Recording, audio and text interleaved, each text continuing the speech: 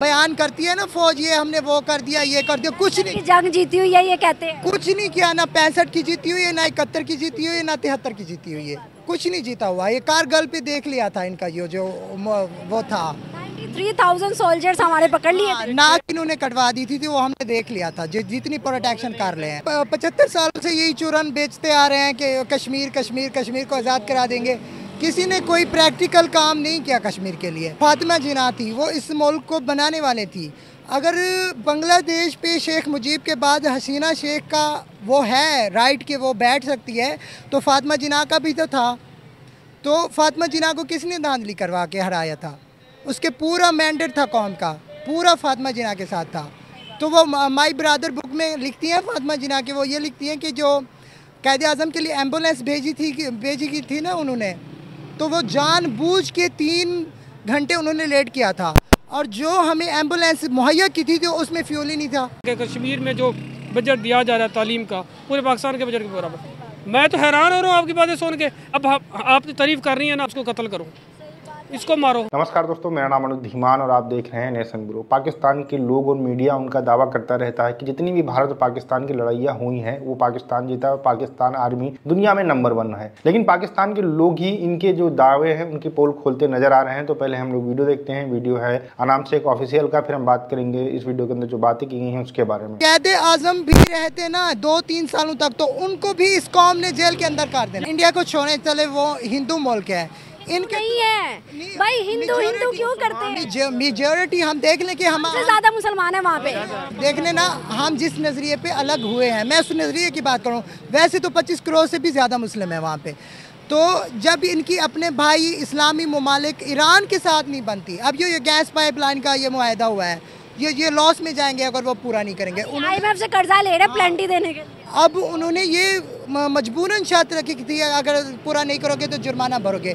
जब इनकी अपने इस्लामी मुल्क के साथ नहीं बनती, भाई के साथ नहीं बनती, अफगानिस्तान पे एयर स्ट्राइक कर, हाँ अफगानिस्तान के वो 9/11 वाला वाकया, वो 20 साल जो हमने भुगती है दहशतगर्दी, वो जो परवेज़ मुशर्रफ साहब ने अड्डे दिए थे, अब वो भुगती है। वो जब इनके अपने इस्लामी भाइयों के साथ नहीं बनती तो उसके साथ कैसे बनेगी? इंडिया के साथ कैसे बनेगी? मेन चीज़ पता है क्या है कि हमारे अंदर बहुत सारी कबातें हैं। फ्यूडलिज्म है और इग्नोरेंस है, जहालत, दहशतगर्दी, तबका परस्ती, रंग, नस्ल, ज़बान, मज़हब, फ़िरक़ावारियत, सुबैयत, ठीक है। इस वजह से हम मुख्तलिफ़ तबक़ात में बटे हुए हैं और हमारी जो वोट सिस्टम है उधर ऐसे लोग बाख्तियार जा रहे हैं जो कि अवाम, जिस तरह इन्होंने फरमाया, अवाम की जो बातें हैं उनकी अक्कासी नहीं कर रहे हैं।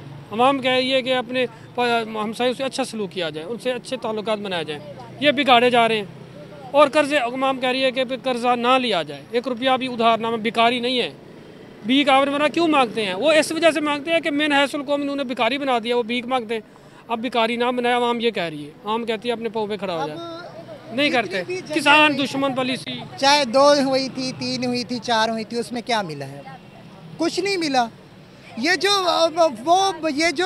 बयान करती है ना फौज, ये हमने वो कर दिया, ये कर दिया, कुछ नहीं। जंग जीती हुई है ये कहते हैं। कुछ नहीं किया, ना 65 की जीती हुई है, ना 71 की जीती हुई है, ना 73 की जीती हुई है, कुछ नहीं जीता हुआ। ये कारगिल पे देख लिया था इनका, ये जो वो था 93,000 सोल्जर्स हमारे पकड़ लिए थे। नाक इन्होंने कटवा दी थी, वो हमने देख लिया था। जितनी प्रोटेक्शन कर रहे हैं वे, ये एक कर्म करें, ये अपना हाथ ना एस्टेब्लिशमेंट, ये सियासत से उठा ले, डेमोक्रेसी से उठा ले, तो तभी कुछ होगा, वरना कुछ नहीं होगा। वरना अयूब की तरह ये सब आते रहेंगे और ऐसा होता रहेगा। खत्म करते हैं सर, वो लंबी हो गई जो है ना, फौज हुक्मरान नहीं आई। आपको पता है उनकी तरक्की की राज ये है, मार्शल लॉ भी नहीं लगा, वहाँ जमहूरियत है और मार्शल लॉ उधर नहीं लगा। तो इधर उन्होंने कहा है कि आपका काम है बॉर्डरों पे, हमारा काम है हुकूमत चलाना, ठीक है। वो मार्शल लॉ नहीं लगाते और वो तरक्की कर रहे हैं। हमारे दुनिया में तो हाथ जाती है। जड़ावाला का वाकया हुआ था, तो वो ऐसा नहीं करना चाहिए था। ये तो हम गलत मैसेज देते हैं। बाहर के जो फॉरेनर्स हैं वो आने से डर जाते हैं, और इस्लाम भी यही करता है, क्योंकि नबी करीम सल्लल्लाहु अलैहि वसल्लम ने सुलह हुदैबिया में ईसाइयों से वो की थी, सुलह की थी। अगर कोई बेहुरमती हो भी गई थी तो बात करनी चाहिए थी कि इस्लाम ये इजाज़त नहीं देता कि आप किसी के इमलाक को नुकसान पहुंचाएं। पता क्या है, हमारे अंदर तालीम का फुकदान है, जहालत है, गुर्बत है, बेरोज़गारी है, नाइंसाफ़ी भी है, और जो है ना 3 तबकात बन चुके हैं। तो खराब है, मिडिल और लोअर, ठीक है। लोअर तबका इस तरह है, वो कहता है मैंने नहीं पढ़ाना, मैंने रोज़गार में देना।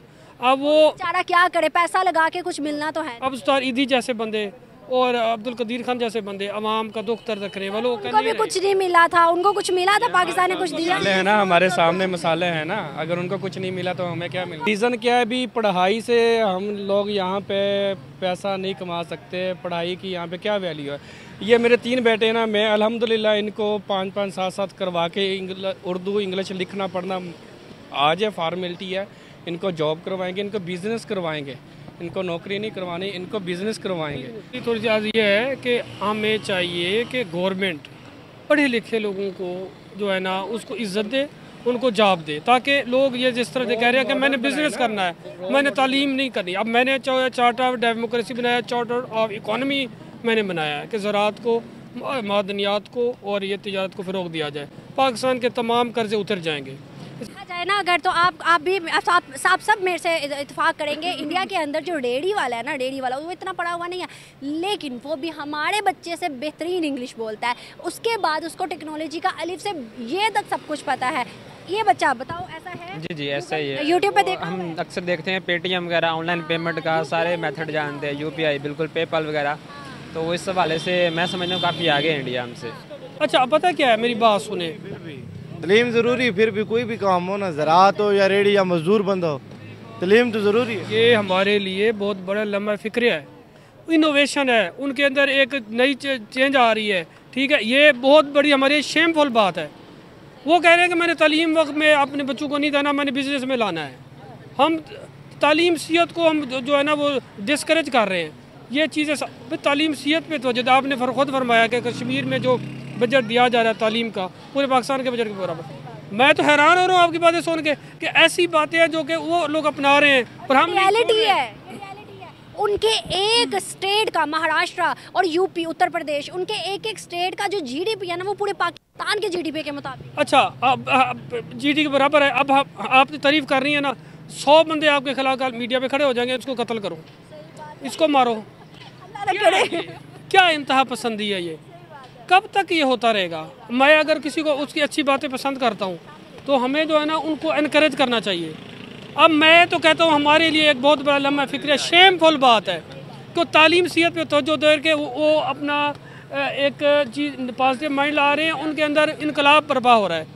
हमारे अंदर का भी इनकलाब बर्पा होगा। दोस्तों, आपने वीडियो के अंदर देखा कि किस तरीके से पाकिस्तान के अंदर कट्टरता बढ़ चुकी है कि अगर कोई भारत की भी तारीफ कर दे तो उसको लोग मारने के लिए इकट्ठा हो जाते हैं। और एक अभी पंजाब की जो असेंबली है, जैसे कि हमारे यहाँ उत्तर प्रदेश की विधानसभा होती है, वैसे ही वहाँ पर पंजाब की विधानसभा है और वहाँ पर नारे लगे थे बाकायदा मरियम नवाज के खिलाफ कि तुम मोदी की यार हो तो गद्दार हो, पाकिस्तान गद्दार हो। मतलब पाकिस्तान के अंदर आपने भारत की थोड़ी बहुत अच्छी बातें कर दी कि भारत डेवलप कर रहा है, भारत के अंदर गरीबी खत्म हो रही है, भारत की पूरी दुनिया के अंदर इज्जत हो रही है, तो ये सब कुछ जो है आपके एंटी काम करेगा वहां पर और आप जो है वहां पर गद्दार घोषित कर दी जाएंगे। ये एक्चुअल में एग्जांपल आपको बहुत सारे देखने को मिल जाएंगे। अच्छा, यहाँ पर खास बात ये है कि जितने भी लोगों ने यहाँ पर बात की, सब कह रहे हैं कि भारत आगे बढ़ रहा है, भारत का जो कश्मीर है आगे बढ़ रहा है, भारत के अंदर तरक्कियां हो रही हैं, लेकिन पाकिस्तान के लोग भीख मांगने के कगार के ऊपर आ चुके हैं। इनकी गवर्नमेंट कुछ नहीं कर रही है, इनके यहाँ पर कोई डेवलपमेंट नहीं हो रहा है। मुझे लगता है कि पाकिस्तान के लोग अपने दुख से नहीं, भारत के जो सुख देख रहे हैं, भारत की जो समृद्धि देख रहे हैं, उससे कहीं ना कहीं ज्यादा दुखी